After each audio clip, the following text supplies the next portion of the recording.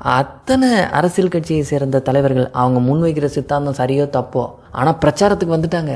ஆனால் விஜயால் வர முடியலையே. ஏன்? PR சுந்தர் ஒரு நெருங்கிய பத்திரிகையாளர், மிக முக்கியமான ஒரு பத்திரிகை துறையில் வேலை பார்க்குறவர்கிட்ட கேட்குறாரு, என்னங்க விஜய் பிரச்சாரத்துக்கும் வர மாட்டேங்கிறாரு, ஒன்றும் செய்ய மாட்டேங்கிறாரு, இவர் என்ன ஐடியாவில் தான் இருக்கிறாரு, ஜெயிக்கணுங்கிற நம்பிக்கை எதுவும் இருக்குதா, அவர் ஏன் இப்படி இருக்கிறாருன்னு கேட்கும்போது, ஏங்க அவன் ஒரு டம்மிங்க, அவன் ஓட்டை பிரிக்கிறதுக்காக பிற கட்சியினால் இறக்கி விடப்பட்டிருக்கான்.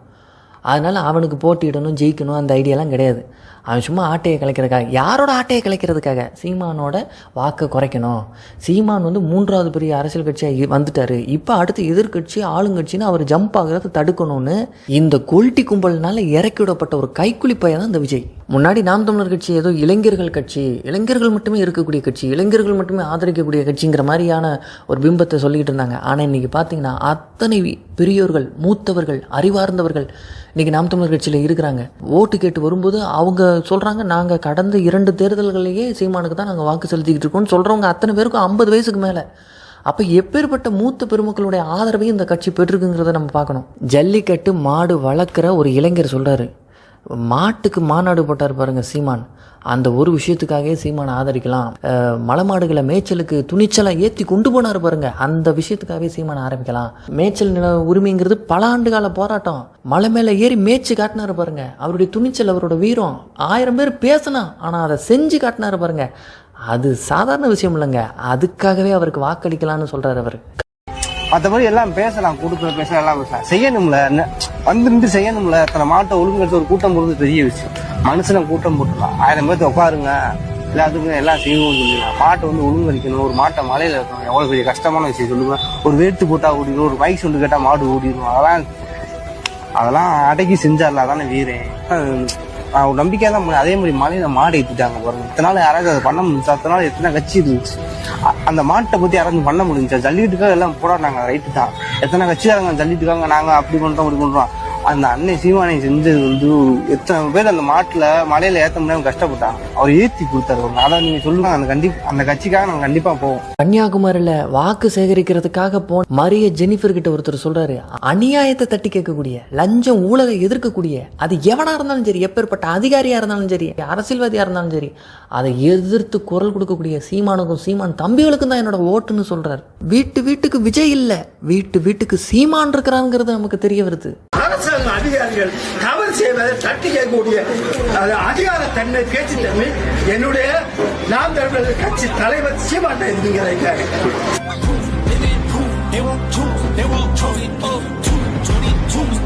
ஒவ்வொரு வீட்டிலையும் சீமானின் தம்பிகளும் சீமானின் தங்கைகளும் இருக்கிறாங்க. ஓட்டு கேட்டு போறோம்னா எல்லாமே நமக்கு சாதகமாக நடக்கும்னு சொல்ல முடியாது.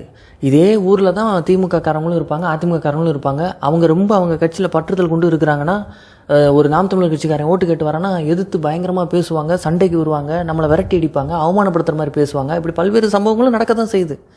நாம் தமிழர் கட்சி சார்பாக போட்டியிடக்கூடிய அக்கா கார்த்தி அவங்க ஓட்டு கேட்டு போகிறாங்க. அந்த அம்மா குறையா சொல்லுது, எங்களுக்கு சரியாக தண்ணி வரல, எங்களுக்கு அந்த பிரச்சனை இருக்குது, இந்த பிரச்சனை இருக்குது, நீங்களும் இப்படி ஓட்டு கேட்டு வாரீங்களே அப்படின்னு புகார் வலிக்குது. மற்ற அரசியல்வாதியாக இருந்தால் வாக்குவாதம் பண்ணுவான், இல்லைன்னா அப்படியே அந்த இடத்த காலி பண்ணி ஓடிடுவான். ஆனால் அக்கா கார்த்திகா நிதானமாக அவங்க சொல்கிறதெல்லாம் கேட்டு, ஏம்மா நாங்கள் ஆட்சிக்கே இது வரைக்கும் வரலாமா, நாங்கள் புதுசாக இருக்கக்கூடிய ஒரு அரசியல் கட்சி, நீங்கள் எங்களுக்கு வாக்கு செலுத்துங்க, நிச்சயமாக அவங்களுக்குரிய குறைகள்லாம் நான் சரி பண்ணுவேன்னு அவங்களுடைய பதட்டத்தை குறைச்சி அவங்கள நிதானமாக்கி அவங்க மேலே அன்போடு அணுகி அவங்களுக்கு விளக்கம் கொடுத்துட்டு வராங்க. இப்படி பொறுமையான, இப்படி நிதானமும் திறமையும் கொண்ட வேட்பாளர்கள் நாம் தமிழர் கட்சியில் மட்டும்தான் இருக்கிறாங்க.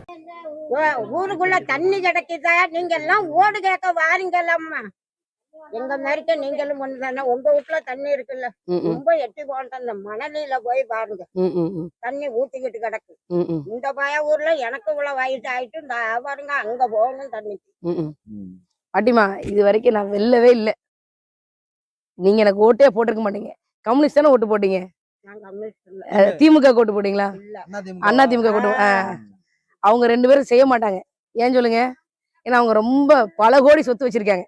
நான் உங்களை போல ஒரு தாய்க்கு பிறந்தவ, சரியா? ஒரு தாயா சொல்றேன். நான் வந்தா என்னை ஜெயிக்க வைங்க. இந்த கிராமத்துல எல்லாத்துக்குமே தண்ணீர் பிரச்சனை தான். நான் தினந்தோறும் தண்ணி கொண்டு வரேன். ஒரு பெரியவர் அவர் பேசும்போதே அழுகிறாரு. சீமான் அப்படிங்கிற அந்த ஒற்றை பேரை கேட்ட உடனே அவர் மனம் உருகுது, கண்ணு கலங்குது.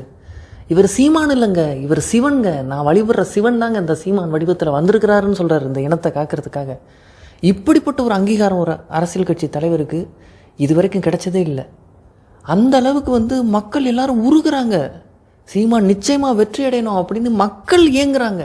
சீமானுடைய பேச்சை ரசித்து கேட்குற ஒரு சாதாரண தொண்டன் இல்லை, நாங்கள் சீமானுடைய பக்தர்கள் அப்படின்னு சொல்கிறாரு. சீமான் பேச்சை தொடர்ந்து கேட்டோன்னு வச்சுங்களேன், அவன் எப்படி பக்தனாக மாறணும், அது மாதிரி சீமான் பக்தனாக மாறிடுவான். சீமான் நான் என்னை பொறுத்தவரை அத்தனை மனுஷனாவே நான் பார்க்க மாட்டேன், ஒரு இறைவன். சிவன் நேராக வரல, அது சீமான்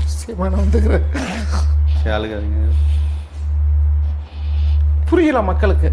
சீமான் அரசியல் பேசல, மொழியை பேசுறாரு, விஞ்ஞானத்தை பேசுறார், விவசாயத்தை பற்றி பேசுறாரு. 15 ஆண்டுகள் ஒரு மனுஷன் வெற்றி என்பதே இல்லை, கத்துறாரு, சட்ட வேர்வை. அதங்க 2 மணி நேரம் 3 மணி எந்த அரசியல் தலைவரும் இது வரலையும் பேசுறது உலக வரலாற்றில் எல்லாரையும் மிஞ்சிட்டார். உலக வரலாற்றை மிஞ்சிட்டார். குடும்பத்தெல்லாம் பார்க்கறதில்ல, அவர் உடலை பார்க்கறதில்ல. இப்போ அவர் பாதுகாக்கணும். ஐயா, தமிழ் தேசியம் இனிமேல் ஒன்றும் செய்ய முடியாது, வேறு விட்டுச்சு. தமிழ் தேசியம் வேறு விட்டுச்சு. உங்களுக்கு இதோட பயணம் ரொம்ப மகிழ்ச்சியா இருக்கு இல்லையா? ஐயா,